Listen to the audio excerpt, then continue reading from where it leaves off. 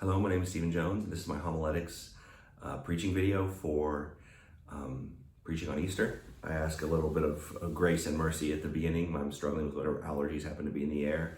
And so if I sound like a blues singer, you'll hopefully be gracious to me. I'll be preaching from 1 Corinthians 15, and the title of the sermon is Because He Lives, and the 3 points are because Jesus was killed, Jesus was buried, Jesus was raised. And this is an apologetic sermon, and it's designed to go consider the alternate explanations for these things. I'm trying to make the case that the best explanation of all the evidence that we have is the resurrection, that Jesus is alive. It might not be what we expect, it might not be what we were prepared for, but it is the best explanation. As Sherlock Holmes says, once you've excluded the impossible, whatever remains, however improbable, must be the truth. And so this is the truth. And so I'll be preaching point 3, Jesus was raised. The second half of 1 Corinthians 15, verse 4 says, He was raised on the third day according to the scriptures. One of the, it would be an interesting sermon series. In fact, we're going to look at maybe later, all of the ways in which the events of Easter were prophesied in the Old Testament.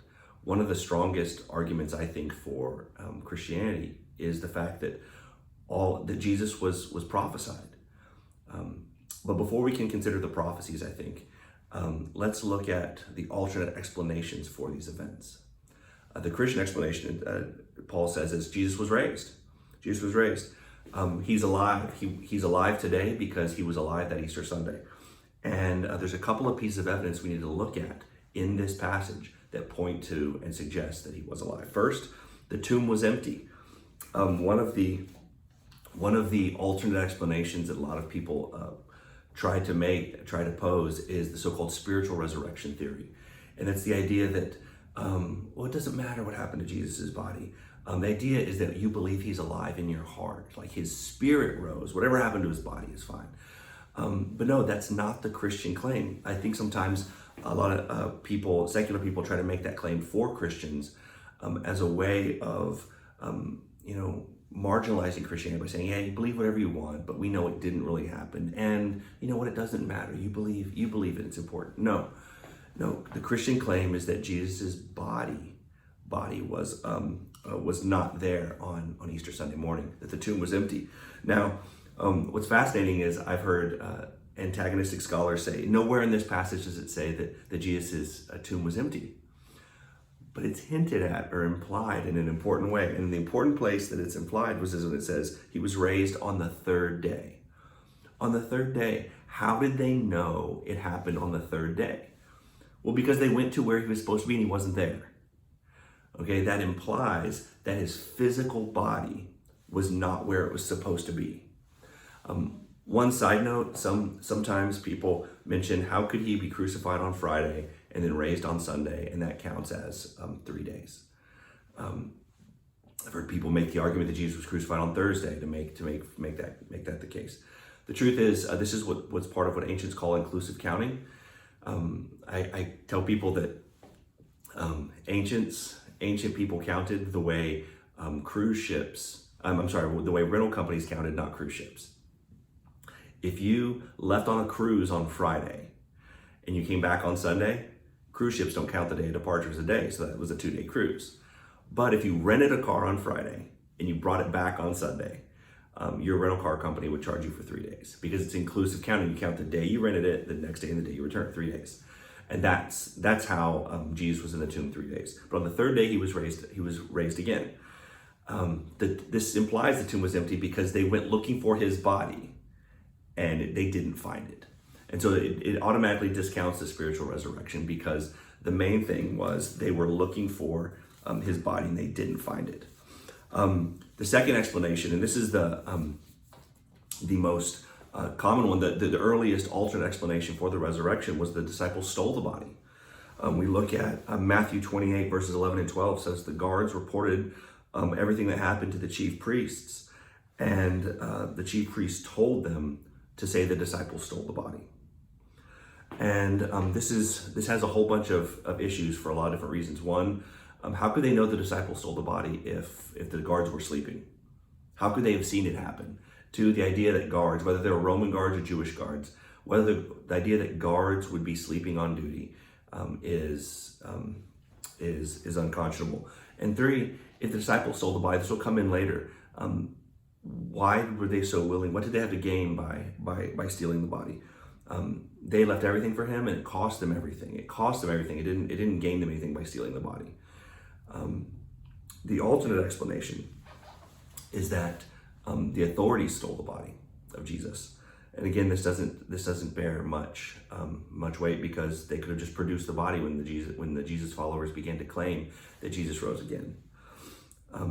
And this goes to the next level of things. Not only was the tomb empty, and no reason for the body not being there can be claimed. Like, the disciples didn't steal the body. The authorities didn't steal the body. Jesus was also seen. Verse 5 says, and he appeared to Cephas and then to the 12. And after that, he appeared to more than 500 brethren at one time, most of whom remain until now, but some have fallen asleep.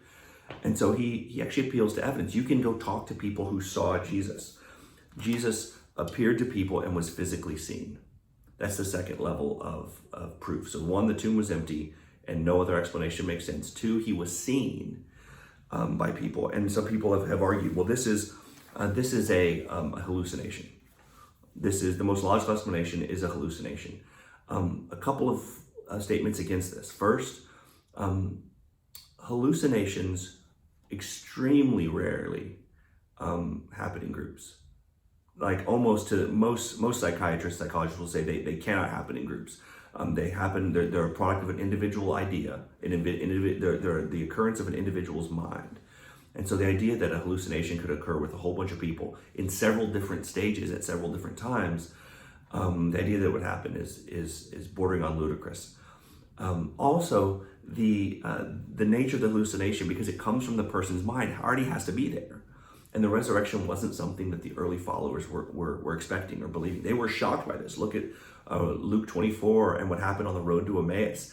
They knew everything that happened, and nothing was. They were not prepared in any way. They were not expecting a resurrected Messiah. Hallucination happens when you want something really bad to happen, then it doesn't, then you imagine that it does. But that's not what happened at all. They were brokenhearted. They didn't want Jesus to die at all. They didn't expect him to die. And then when he did, they didn't know what to do with it. They weren't expecting Jesus to die. They definitely weren't expecting him to be raised. So a hallucination doesn't fit the model. Also, another popular theory is that Jesus, that the idea of Jesus being raised was a legend. That is just something that grew up. This is one of the ways in which people get around C.S. Lewis's famous liar, lunatic, or Lord trilemma. Jesus claimed to be God. And so only three kinds of people claim to be God. People who are lying, they know they're not God, and they say it anyway, they're liars. Or they're not God and don't know it, and so they're crazy, they're lunatics, or they're God. Those are the only three choices. Well, secular scholars are like, well, maybe he didn't say that, but his followers thought he said it or added to his words. Is a legend that grew up around it. But the truth is, the earliest evidence, we do not have a version of Christianity where Jesus doesn't claim to be the Son of God. In fact, you're looking at, though many people preach Easter passages from the Gospels, you're looking at one of the earliest passages, 1 Corinthians 15, where it discusses the historicity of the resurrection. They're not alive today, but Paul was making this claim at a time when there were people who had seen the risen Christ who could still be consulted. It grew up in the lifetime, within the almost immediately after the death of Jesus. This idea grew up. Legends take a lot longer to grow up than this. Legends take multiple generations. In fact, it takes probably a couple hundred years, and we have no sign of Christianity that this idea grew over time. The tomb was empty. Jesus appeared. And then three, this is important, the disciples were changed. He says he appeared to the disciples, and the nature of their appearance radically transformed them. Liars make bad martyrs. It's one of the chief evidences for the disciples not stealing the body, because every single one of the disciples except for John died a martyr's death. They all gave up everything, including their lives, and nobody would do so for a lie. This was Chuck Colson's famous discovery after he'd been involved in the Watergate scandal.